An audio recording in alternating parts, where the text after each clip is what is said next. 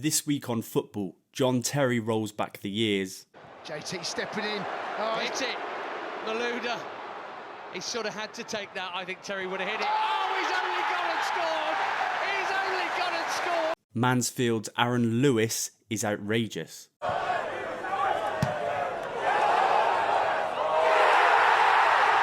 Stan Collymore confronts angry fans. Yeah. No worries. Talk to you. Right, I'm talking to you. So what have you got to say to me? What are you doing to help this club? I'm doing fucking plenty to help What's this your club. role? Angry Ginge is a rock at the back. And Micah Richards is a secret member of the band Gorillaz. Into your DMs, do you?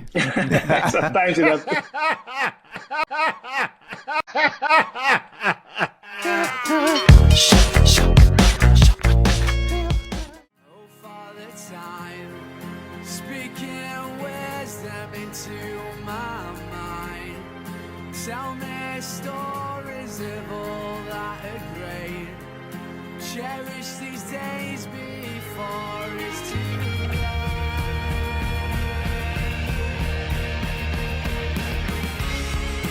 If you could turn the hands yourself.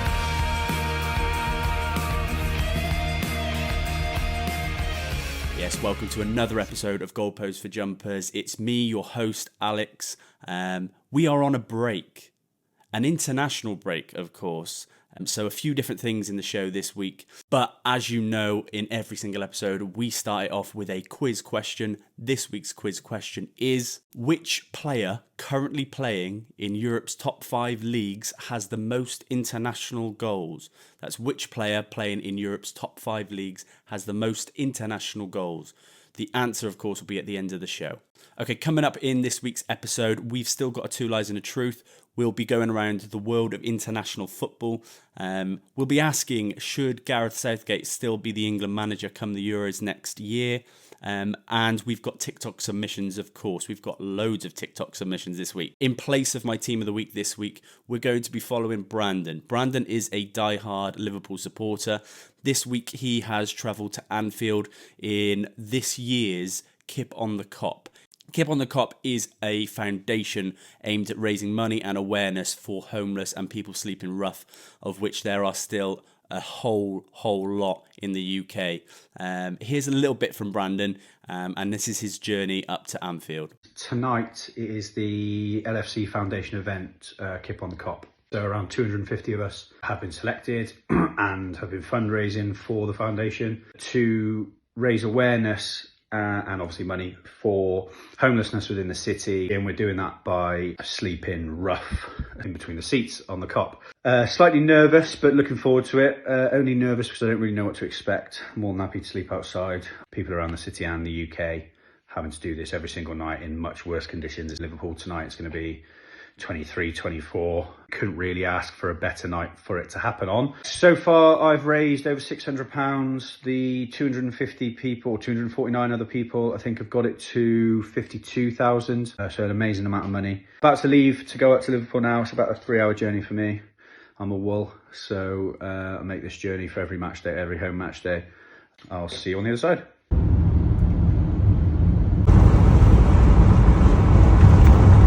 Shot down. Yeah, I get these shorts there for a tenner. The Anfield Sleepout, known as Kip on the Cop, is a fundraising challenge which doesn't replicate what it's like to sleep rough, but gives an idea of the situation a lot of people find themselves in, whilst also supporting those who face it as a reality day to day.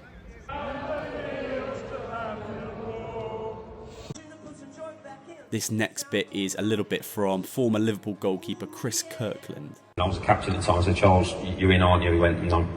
So I'm not in. I said, why not? He says, because I don't care about the fans. I just care about the money that comes to me. So that's just a little insight of things but that's never been, I think I only told that story a couple of times, but that's things that go on behind closed doors. But he's the one that I could have got hold of. In fact, from that, we kicked him out the changing room for that. Doofy. Yeah, no comment on Doofy. I'd have done it all over again, all the injuries, everything, just for one game for this club, and I do mean that, as I said, to support as a kid and to play for the team, and it was all worthwhile.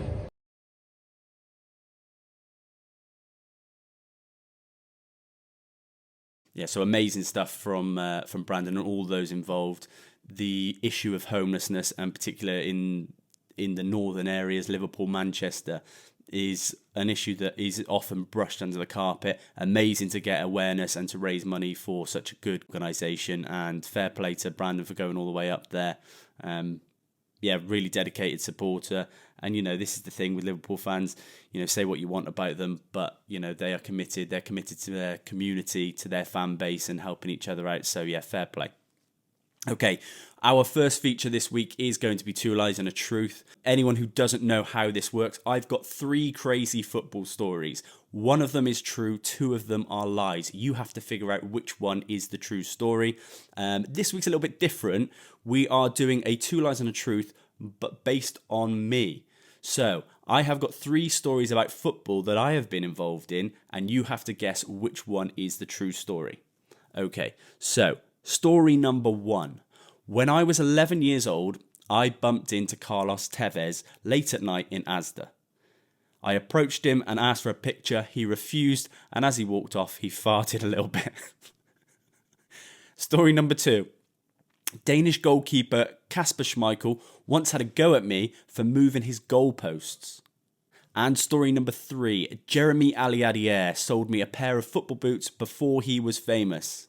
So one of those stories is actually a legitimate true story that's happened to me. You have to guess which one it is. I'm going to give you that answer right at the end of the show, so make sure you stay tuned. Let's get straight into some TikTok submissions. We have got so many. I put it out there to a few more people last week, and you responded. I'm not going to be able to go through all of them. I'm going to do my very best. There was, one person in particular sent me 36 different TikToks, so maybe get off TikTok. I won't name names. All right, it was me. I sent myself 36 TikToks. Okay. I've been told to fuck off many times. I remember Rio Ferdinand come running at me at Old Trafford, telling me to fuck off. And I just turned back and said, "You fuck off." Did he? And he did, yeah. He did. I think he was so surprised. But it's not foul and abuse or insulting language. It's shop floor language. You hear far worse coming from youngsters out on the street or even in a crowd, don't you? So.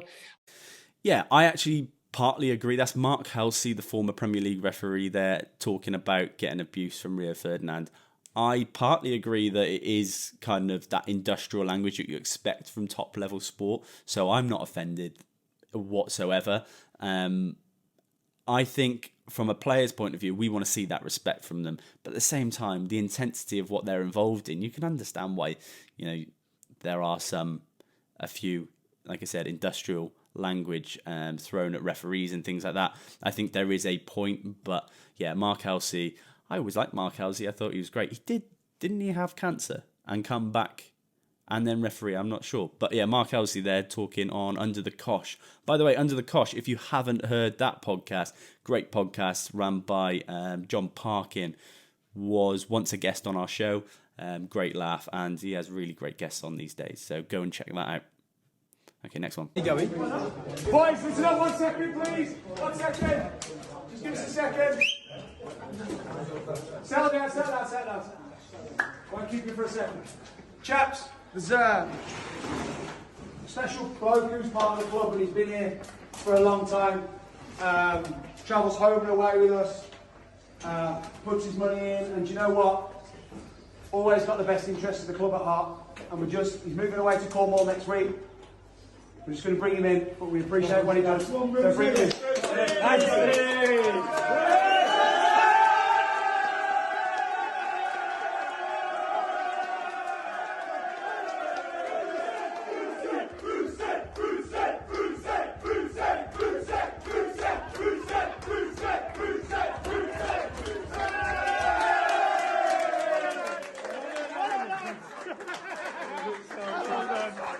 That's amazing. I absolutely love that. Who is this? What team is? I don't know. It didn't say. Yeah, great. Because the thing is, with supporters, you follow your team, and it hardly feels like you get anything back, especially when your team struggles.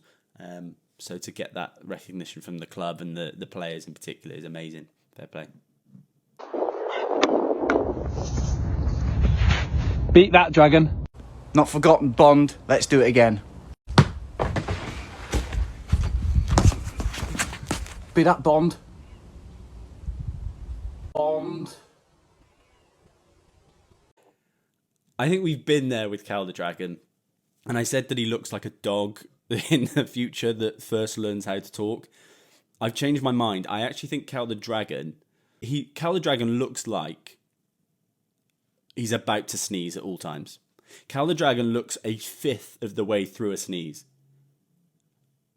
Like that. Why is he's always shocked at the fact that his face is right in front of him. Like, what is that about? I do like Cal the Dragon. I'm warming to him. I get so many Cal the Dragon clips sent to me. I understand is from speaking to people at the club, right, that his attitude is all wrong. His timekeeping is appalling. Right? When he's been asked to go see the manager, he doesn't go. Thinks he has a God-given right to be starting for Man United, but on the left. He doesn't want to play on the right, wants to play on the left. And of course, you've got Garnacho in front of him, rightly so, and obviously Marcus Rashford. What should be happening, a player at 23 years old, given one of the greatest opportunities ever to play for Manchester United, is if a manager says, I want you on the right, you fight for that place on the right. Anthony's coming, 88 million, right? You fight for that place. Yeah. So I do agree, because Sancho's application on the pitch, he's not the sort of player that is going to be busting back, 70 yards. He doesn't strike me as that sort of player. He does occasionally, but I think with Sancho, we're not going to get a player that looks like he's always working hard. What we are going to get is a player full of absolute quality and class and skills and creativity, where we kind of go, right, okay, well, he's not tracking back. He doesn't run about. He doesn't put himself about. But, he does add that quality. We're going to forgive that. When that quality isn't there, we're not going to forgive that. For me, I think Sancho, I'm still banking on that he has got that quality, and I think it's just a really difficult situation for him at Man United. Whether Man United is the best place for him to grow, I don't know. But for me, I love Sancho, and I hope he gets his chance. Obviously everything that's happened with Greenwood and now Anthony. I think Ten Hag will probably bring in Pellistri, who's ahead of him, who I've got no problem with that because he looks quality. But I think Sancho, for a 23-year-old who has got the history he's got, I think he deserves one more chance. We'll see. We'll see. Waiting patience for me, and I was running far away. Would I run off the wall someday? Nobody knows. I was dancing in the rain. Cristiano Ronaldo. I think the biggest problem in football is people can't talk about how good Ronaldo is without mentioning Messi. And I think Ronaldo is the best player we've ever seen play, but Messi exists. So our feelings are, oh, how good is Ronaldo? Oh yeah, but Messi. Like, we don't do that with other players. We don't do that with like top level players. Haaland, we don't go, Haaland's unbelievable, what a player. We don't go, yeah, but Messi's better. We only do that with Ronaldo. Maybe that's a compliment to Ronaldo, I don't know. But I think it's time to really just start looking at Ronaldo for who he is as a player, rather than the debate between Messi and Ronaldo. And who Ronaldo is the greatest, one of the greatest players to ever play the game. When I say great, I'm not saying the best, the greatest. And it just that has a different meaning. That holds a different meaning to me. When I think of a great player, I think of Zidane. I think of Maradona. And I'm not saying they're not the best, but I'm saying great. They are great. They are kind of iconic players.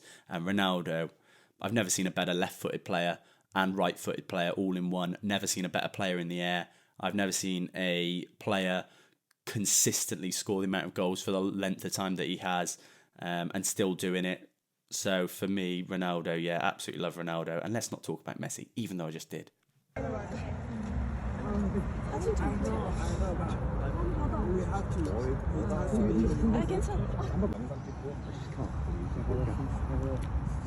이게 사진 되게 가깝게 나와. That's wild. So anyone listening, it's a video taken of Son Heung-min with fans, and one of the fans asks him to, I think, hold the phone for him. It's an iPhone, but he can't hold the phone because of his contract with Samsung. So he can't even touch the phone.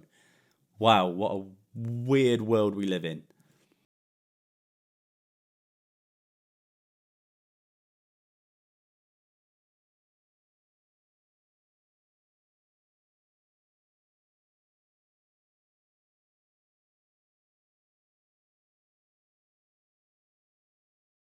That I really don't like. He's so arrogant, man. And even in this clip here, so this is a clip from Japan's 4-1 win over Germany this week. I think this is maybe the fourth goal. Granted, the game's finished, but just the lack of discipline. I know it's a friendly, but if an England centre-back, say Harry Maguire, was caught doing this, that would be it for him. He would be finished. Like, I know that the goal's probably going to be scored, but run back, man. Show some effort. Jesus. You're playing for your country as well, so no excuse.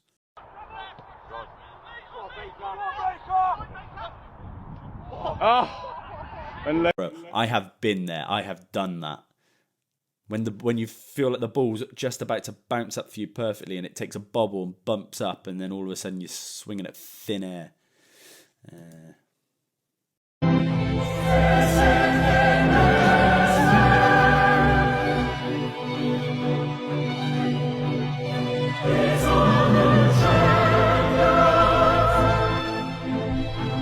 Cats are the best footballers in the world. Why has he got technique? Why has he got chest control technique?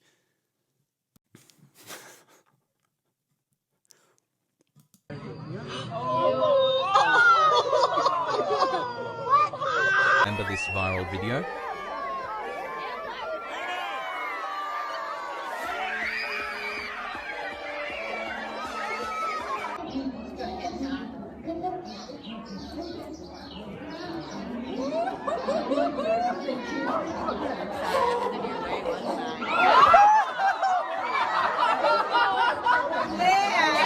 Talking of animals' technique, why are apes so good and accurate at throwing their own fecal matter? It's insane. Another great football-related clip. He was a ridiculous footballer. And the way to break him down, he wasn't someone who was going to get the ball and be a Ronaldinho or a Messi type player or someone who's going to get the ball and dribble past 3 or 4 players and do a bit of skill and you go, wow. He had the fundamentals of the game down. Like you could do a training session around 1 touch, 2 touch, 3 touch, crossing and shooting. All the basic fundamentals, he was minimum 8, normally around a 9/10, because he was that good. And that comes with one thing, a mindset to practice diligently, a mindset to improve on a daily basis. David Beckham is the most underrated footballer of all time. I reckon. Because for me, we've got a player like Rio Ferdinand says here, can do absolutely everything with the football in terms of his dedication, his work ethic, could play all across that midfield, could play central midfield comfortably towards the end of his career as well. Could do everything with a football, like I said, set pieces.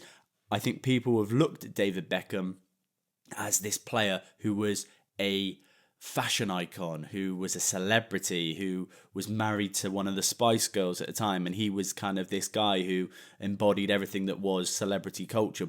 So everything that he did detracted from the fact that he was an elite footballer at the highest level. And you don't play for AC Milan, PSG, Man United, Real Madrid without being that level.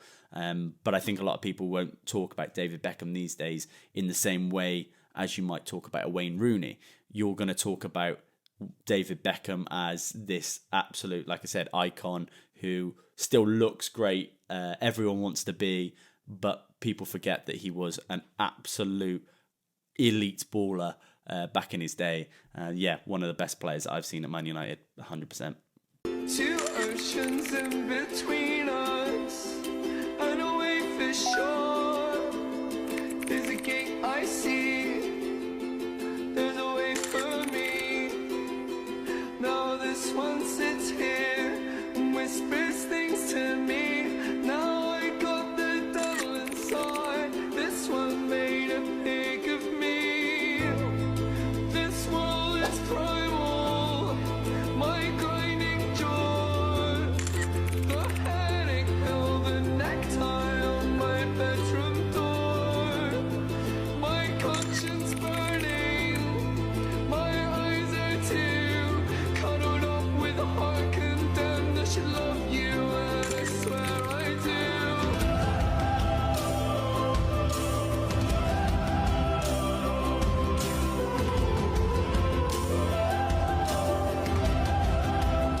That's a compilation of players not celebrating against their former clubs. What I want there is right at the end is a video of Adebayor scoring against Arsenal and running and celebrating full length of the pitch.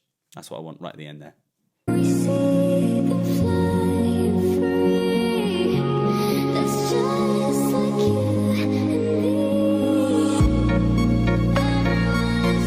Has anyone met a footballer like at that level? Like, have you ever met someone who you are just completely starstruck by? Like I was when I met Carlos Tevez in Asda, or when I got shouted at by Kasper Schmeichel, or when Jeremy Ali-Adier sold me football boots. Has anyone met their absolute idols? Because that feeling when you are stood next to a footballer. I remember, do you know what's a weird one? I was walking into Old Trafford with my friend, and I remember we were walking through, and Ashley Young walked in front of us. And it's Ashley Young, right? It's Ashley Young. No offense to Ashley Young. I love Ashley Young. He's, great player. But even then, I was like, it's fucking Ashley Young there. Like, it was a weird feeling. That little boy seeing Rooney for the first time is just amazing. Love it.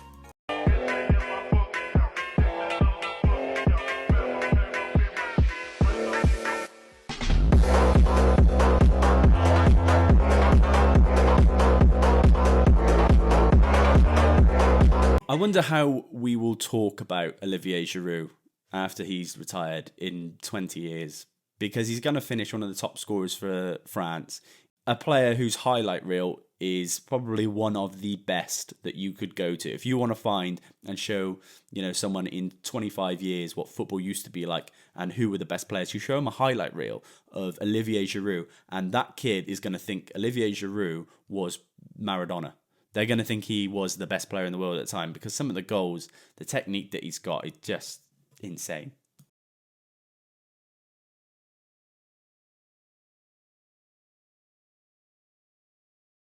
I'm not sure if I can include this clip, but I'm going to put it in anyway, and we'll just get taken down for it. This is a list of tweets from former Watford footballer, striker, Andre Gray. This is when he was at, when was it? 2012. Was he at Burnley? I don't know. Andre Gray literally wrote down all the fucked up thoughts that he ever had in his head and wrote them down and put them in public. I didn't think of anything of it. I know he got charged for this, but dude, this guy. And he said he was like, I think didn't he say that it wasn't real, or he didn't really think those things. He was just messing about. But read these tweets. If you're just listening, I am not going to read them out. Go to our video episode on YouTube and watch it. They are absolutely horrendous.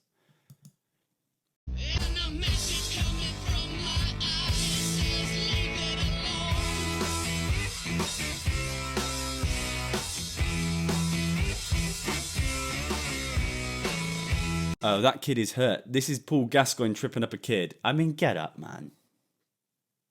Have you ever done that when you're just messing about with a kid and you just trip him up, or you do something? He's only a little bit. It's making me sound really bad here. And then they just make the most of it. Bro, get up. He's at least 6. He trips over. Get up. Don't make Paul Gascoigne look like a bad guy, because he's not.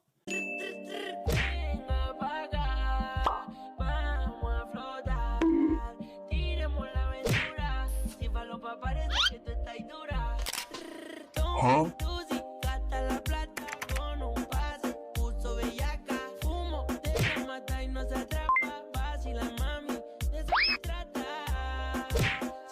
I'm not going to go any further with this. This is a Harry Maguire compilation, and it's a Harry Maguire fail compilation, of which he has many.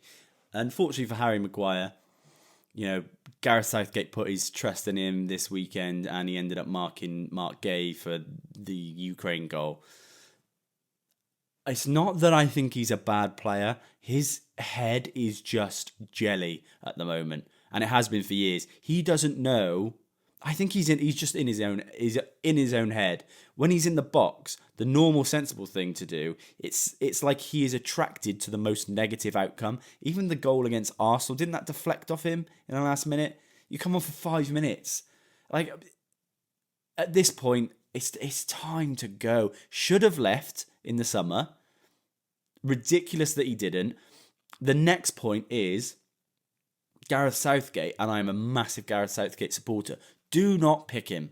Do not pick him. Because at this point now, we're looking at someone who's master of their own destiny. It was up to him whether he wanted to go and play football or sit on the bench at Man United. He's chose to sit out his contract at Man United where he's likely not going to play football. The consequences of that is that you are not going to play for your country. And Gareth Southgate should not have picked him. He shouldn't have been included. I'm not saying the goal was his fault necessarily against Ukraine, but fucking hell. Again with it.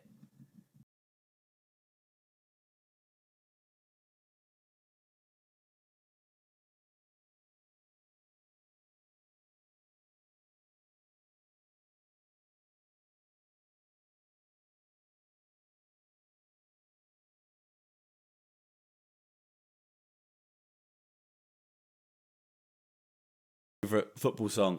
This is Milan fans singing their. I for some reason, I don't think I heard this song until about 2 years ago, or even maybe a year ago, because this feels new. Even when I used to watch, like I've watched a lot of Italian football for years, I don't think I've ever heard this song, but it seems to be some sort of tradition at the San Siro for Milan fans to sing this before the game. Yeah, looks class, great atmosphere, and the song's a banger.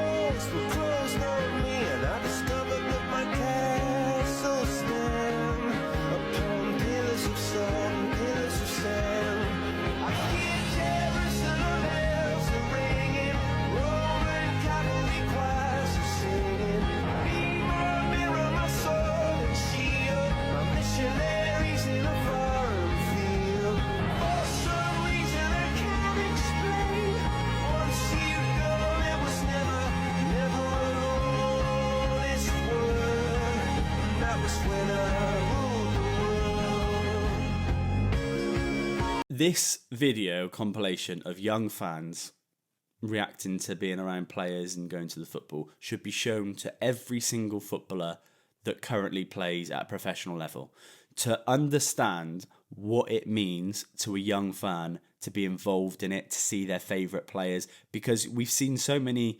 I know that there is a lot of stuff to deal with as a professional footballer. You're going to have fans mobbing you all the time. You're going to constantly be signing autographs and stuff like that. But that career is 20 years if you're lucky. If you're lucky. You know, it's probably 15, 10 on an average. That will go so quickly. And to just give back for that lifespan of a footballer, for those fans, they'll remember that for the rest of their lives, these kids. Like, I think every footballer should see a video like this before every season, or before they get going in the summer, just to remind them how lucky they are to be in that situation. Yes, they've worked incredibly hard to be there, but there are very few people who get to experience what they do and what they do in terms of affecting a young person's life. They are role models. They are someone to aspire to be like. I think the only player, and I'm not saying he's the only player, but the only player that sticks out in my mind that really knows and understands that I see all the time is Jack Grealish. Because, yes, you're going to have thousands of fans come around, but he just always seems to be always seems to be the only one out of a group of players that takes the time to actually acknowledge fans and appreciate them and talk to them like they're just human beings. So, yeah, granted, you get loads of hate as a footballer, but at times just give a little bit back. You remember, before the Euros there was a footballer that nobody knows. Now it's the World Cup, and he scores his goal. His name was Jack Grealish. His name was Jack Grealish. And I just spoke about Jack Grealish, and I had these great, really lovely thoughts about Jack Grealish, what a player, what a guy, being really nice, and then this guy pops up and ruins everything.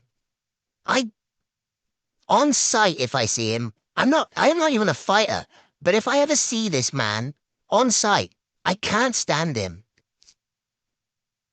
God damn it. Paul Breach. Real Madrid just played at their new stadium for the first time, but what's even more interesting is how much they're about to make. So Real Madrid's goal was to make one of the most high-tech, beautiful stadiums in the world, and that's what they did. I mean, the outside alone looks like a piece of art. It's wrapped in metal all around the stadium, which actually lights up from underneath to show different images and videos. Now, in addition to the 5 new restaurants that overlook the pitch and a scoreboard that wraps around the whole interior of the stadium, there are 2 main changes on the inside. Like we're seeing more and more in new stadiums, the pitch can be stored under the stadium in a greenhouse-like environment so that the grass stays perfect. But the roof is what everyone's talking. This is just a compilation of different kind of videos, angles, and CGI graphics for Real Madrid's new stadium. The Bernabeu looks like the ultimate place to visit as a football fan. It looks absolutely amazing. One day I'll visit, hopefully.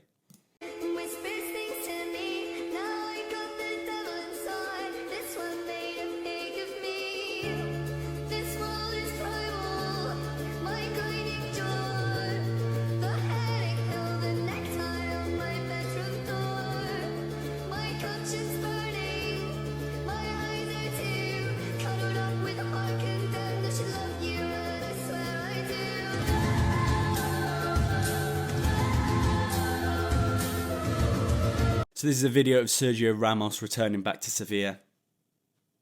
Sergio Ramos is the best defender of my generation, for me.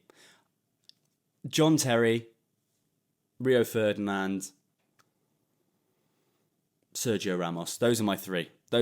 I cannot tell you how much I rate Sergio Ramos for, the span of 2 decades. 2 decades? Maybe 3? No, 2. 3. The best defender in Europe, maybe top 3 every single year. Dragged his team to Champions League finals and wins and to league titles. Won everything there is to win in the game. Scored an absolutely insane amount of goals for a centre-back. The best technical centre-back I've ever seen in my life. And for me, Sergio Ramos is top of the top.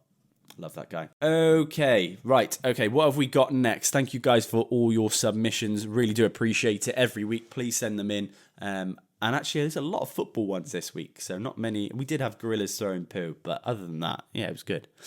Okay, right. Let's talk a little bit about the international break. England away in Ukraine, a draw. Southgate's team selection. Should he be manager for the Euros coming up? My opinion, yes. I think he's the best manager England have had. Definitely in my lifetime. Done more for English football than a lot of people give him credit for. I think this will be his last tournament, and for me, Gareth Southgate. Look, everyone is going to have their own opinions on their favourite players. Gareth Southgate has his own favourite players, and just because he has them and yours are slightly different, it doesn't mean he's wrong. And we are looking at a manager who's taken us to a European final, a World Cup semi-final, and then recently a quarter-final, of which we, in my opinion, were robbed against France, who ended up going to the final. You got to remember, before Southgate came in, we were a shambles. We were a disaster. Watching English football, England play football on the international stage was painful. It was an ordeal. He's got us playing, scoring goals, and there's England fans that will go, yeah, but he should be doing that because look at the players he's got. Well, look at the players that every England manager before him has had. We've had some of the best players of our generation. You want to sit there and say Gerrard's the best player that's ever played, the best English midfielder, Lampard, Scholes, Rooney, Michael Owen, Sol Campbell, Rio Ferdinand, Ashley Cole. You want to say all that, but where did we get with them? So was that the manager's fault? Was that the player's fault? Yes, he's got a great crop of players. They're all really young and it's for the future. But you've got to remember, there's only one prize to win. You enter a World Cup. Not every manager can win something. At least in club football, you miss out on the league. You've got Champions League, Europe, you've got League Cup, FA Cup. There's always a chance of football and it happens every year. Just because Southgate hasn't won something once every 4 years or every 2 years it doesn't mean he's a failure as a manager. I think he's done absolutely incredible. And for me, yeah, I would love to see him take us to... It would be the best thing for me as an England fan to watch him lift that European Championship trophy in the summer, and just a big fuck you to every single person who ever doubted him. I love Southgate. And he didn't pay me to say that. So we also saw, and this is another thing in terms of international football I want to talk about, is we are looking at the next manager after Southgate and who it should be. There's rumours of Pep Guardiola, and while loads of fans go, yes, I'd love him, wouldn't that be great, we'd win stuff. Not necessarily, first of all. Second of all, he's Spanish, and he's played for Spain. We are an England team. We should have English players and English managers. It is as simple as that. Otherwise, what is the point? Where is the integrity of international football if we can just bring in a Spaniard to help us win something, or bring in Klopp, a German, to help us win something? It doesn't sit right with me. And then there's the big thing at the moment with switching allegiances, where a lot of reporters have said that Evan Ferguson should come and play for England. Once you have appeared for your country, international level, friendly or competitive, that is it for me. Once you hit 18, you decide, you check a box, which team you want to play for, and that is the country you represent. Just because you fall out of favour doesn't mean that you can then jump ship and go and play for another country. This is not how it works. It's not club football. For me, Evan Ferguson, he wants to play for Ireland. You can see he wants to play for Ireland. I would love him, but I don't want him because he's Irish. In the same way I feel really strange about Declan Rice and Jack Grealish switching. You pick your team at 18 and that's it. If you happen to play for your country before the age of 18 in a competitive or a friendly, that's it. You've made your choice. Otherwise, you be patient. You wait for your national team to call you up.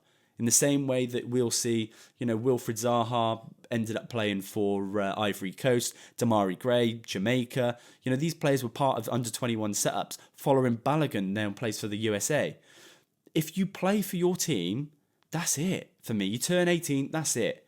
It's not difficult. And to say that it's not fair on footballers, it fucking is fair on footballers. At 18 years old, most people who don't play football have to choose what they're going to study at university. At 16, they're choosing what they're going to potentially study at university and a career path they're going to go down. If you can do that at 16 and 18 for your whole career, then surely you can do it as a footballer. It's not difficult. I'm 18 years old. Right, who do I feel my allegiance is? Right, I was born in Ivory Coast. That's where my family is. I'm going to play for the Ivory Coast instead of England. Simple as that. No changing, man. It's not difficult. Talking of difficult, Scott McTominay. I can't put my finger on Scott McTominay because I love him. And I don't necessarily want to see him playing centre forward for Man United. But the guy is now joint top scorer of the European qualifiers, along with the likes of Lukaku and Højlund.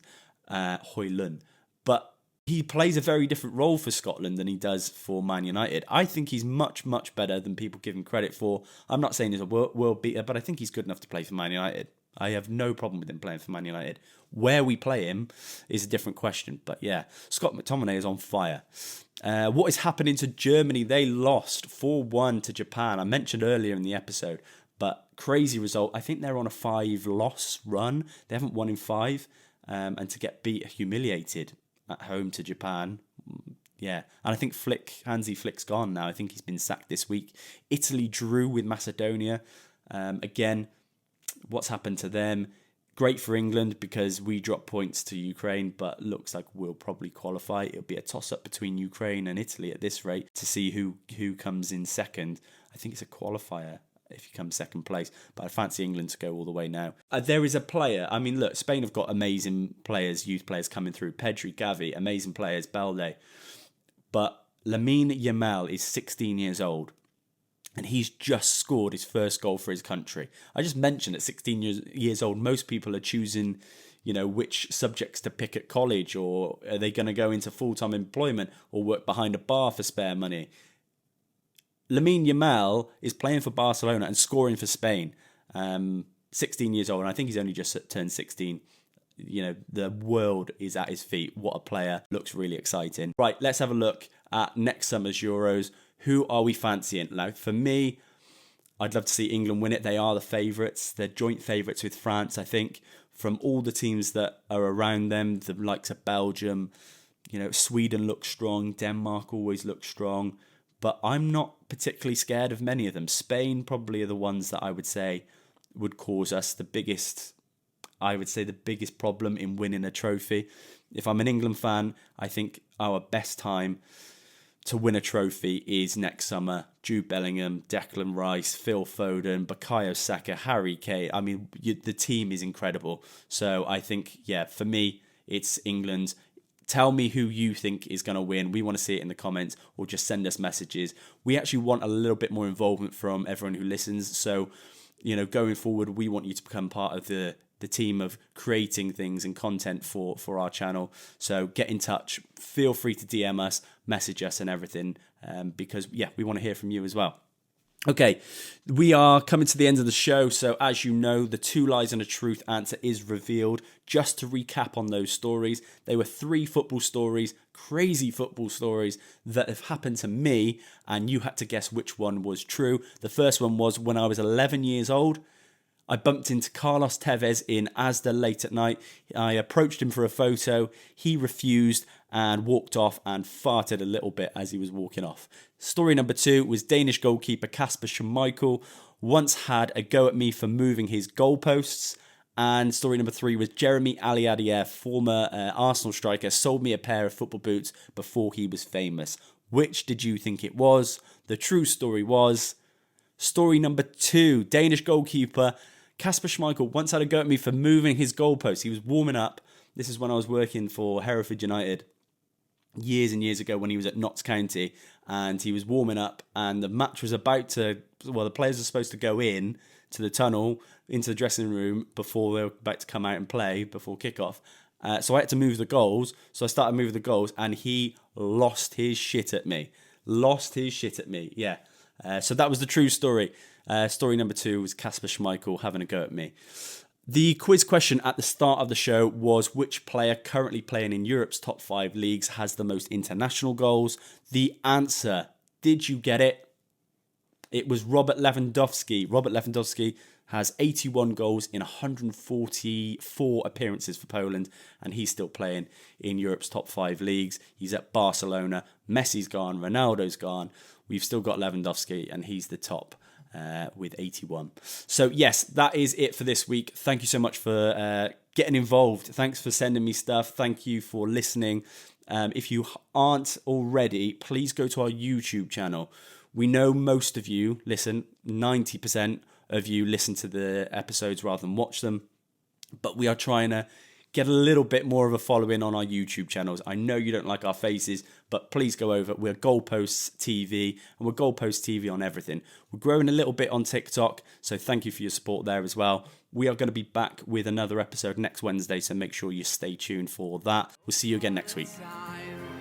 Speaking wisdom into my mind, tell me stories of all that are great. Cherish these days before it's too late.